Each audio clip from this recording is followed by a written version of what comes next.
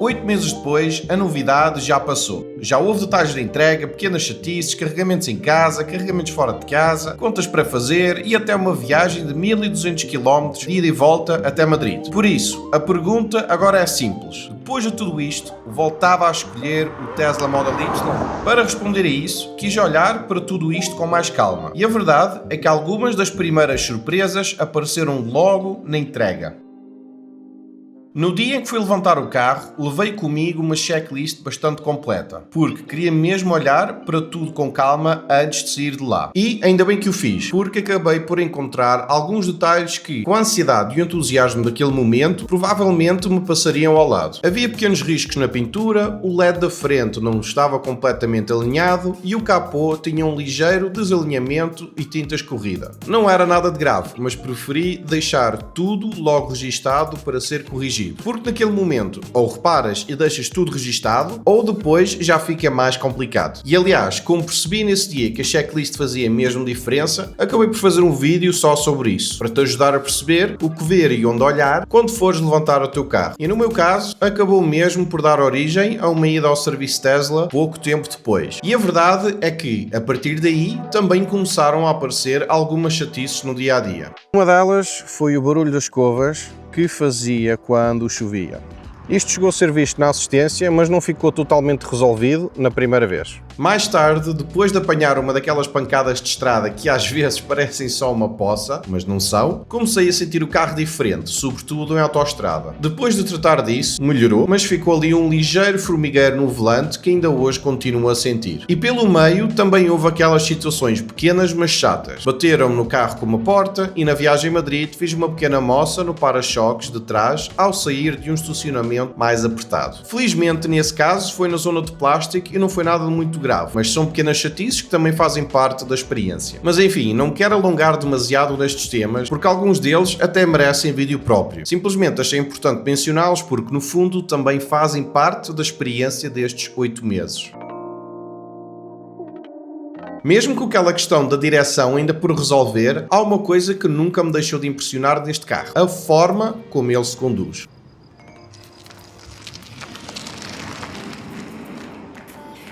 A aceleração, o silêncio e a suavidade da condução continuam a ser das coisas que mais me impressionam neste carro. No dia a dia, acabo por usar quase sempre o modo relaxado, porque não sinto necessidade de ter aquela resposta tão imediata do acelerador. E, sinceramente, até em situações mais apertadas, sinto que consigo controlar melhor o carro assim. O modo normal acabo por guardar mais para situações específicas, como sair de uma rotunda com mais trânsito ou entrar numa autoestrada. Outra coisa que também me chamou a atenção foi o comportamento em piso molhado. Houve uma situação em que a minha mulher estava a conduzir em piso molhado e senti uma pequena perda de tração. Não foi nada de grave, o carro corrigiu logo, mas foi daqueles momentos que mostram bem que, para quem não está habituado a um elétrico, aquela resposta imediata do acelerador pode surpreender um bocado. Ao mesmo tempo, depois de te habituares, essa resposta imediata passa a ser uma das coisas boas do carro. Sabes que tens potência quando precisas, mas no dia a dia podes simplesmente relaxar e conduzir com calma. E depois, há a parte do combustível, por assim dizer. Porque uma das coisas que mais me surpreendeu nestes 8 meses foi perceber quanto custa andar com este carro. Basta olhar para os números na app para ter uma ideia. Com mais ou menos 17.000 km feitos, a app mostra cerca de 465 euros em carregamentos. Isto dá qualquer coisa como 2,72 € por cada 100 km. E para teres uma referência, o meu carro anterior era um BMW Série 1 de 2016, já com cerca de 160.000 km. Normalmente andava ali entre os 5 e os 6 litros aos 100. Claro que não é uma comparação perfeita, porque estamos a falar de carros diferentes, de segmentos diferentes e com idades muito diferentes. Mas quando olhamos só para o custo por quilómetro, a diferença continua a ser muito grande. E há aqui um detalhe importante. Estes valores da app são meramente estimativas. Eu tenho a eletricidade de casa configurada a 15 cêntimos por kWh, mas nos últimos meses tenho pago menos do que isso, normalmente entre 12 a 14 cêntimos. Além disso, alguns carregamentos fora de casa aparecem agregados como outros. Por isso, não olho para isto como uma conta exata ao cêntimo. Ainda assim, a conclusão é muito clara. Este carro tem sido muito económico para conduzir. Grande parte dessa diferença vem do facto de, no meu caso, conseguir carregar em casa. Vamos até à minha garagem e falamos lá. Continuo com 5,75 kVA de potência contratada e, sinceramente, para a minha utilização no dia-a-dia, tem chegado perfeitamente. Na maior parte do tempo, carrega entre os 15 e os 20 amperes. Normalmente, deixo nos 20 durante a noite e, se precisar de carregar durante o dia, baixo mais para perto dos 15. E para teres uma noção concreta, se eu chegar a casa perto dos 20% e quiser carregar até os 80, a 15 amperes, isso anda à volta das 11 horas e meia de carregamento. A 20 amperes baixa para qualquer coisa entre 8 e 9 horas. Ou seja, mesmo com 5,75 kVA de potência contratada, para a minha rotina tem chegado perfeitamente. Mas aquilo de que gosto mais é mesmo da simplicidade da rotina. Chego a casa, ligo o carro e fico a carregar quando eu quiser, sem ter de passar por uma bomba ou desviar caminho. É uma daquelas coisas que, ao fim destes meses, entrou completamente na rotina e hoje já me parece totalmente natural. Aliás, falei disso num vídeo à parte quando instalei a tomada azul de 32 amperes aqui em casa, porque foi uma das primeiras coisas que tornou esta experiência muito mais simples.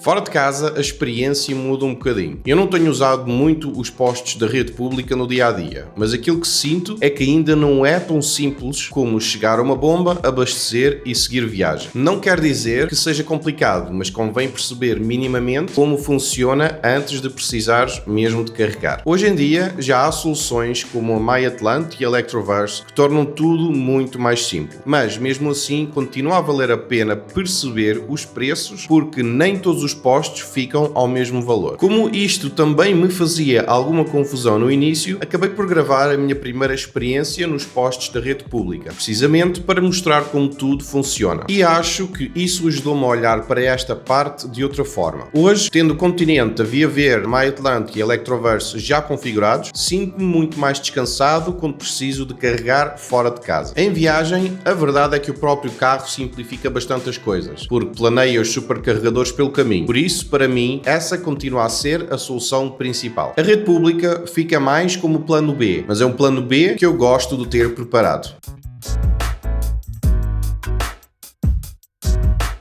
Ao longo destes meses também fui experimentando vários acessórios para a Model Y. E aqui a verdade é muito simples. Alguns são interessantes no início, mas depois quase não lhes ligas. Outros já acabam mesmo por fazer parte do dia-a-dia. Não me vou alongar demasiado, porque vários deles já têm vídeo próprio no canal, mas há 3 que para mim continuam a fazer imenso sentido. Os tapetes da 3W são provavelmente o exemplo mais óbvio. Hoje quase já nem penso neles, e isso é bom sinal, porque estão ali, protegem bem o carro e fazem o trabalho deles sem me preocupar. Depois da Tessary, o acessório que mais se destacou para mim foi o parasol. Não é propriamente o acessório mais entusiasmante do mundo, mas no verão acaba por ser daqueles que dá mesmo jeito. E por fim, gostei bastante dos compartimentos da Hand Show para as cavidades laterais da mala. Não transformam a mala, mas tornam aqueles espaços mortos muito mais aproveitáveis. Por isso, sim, olhando para estes meses todos, houve acessórios que para mim compensaram mesmo. Não por serem espetaculares, mas porque resolveram pequenas coisas no uso normal do carro.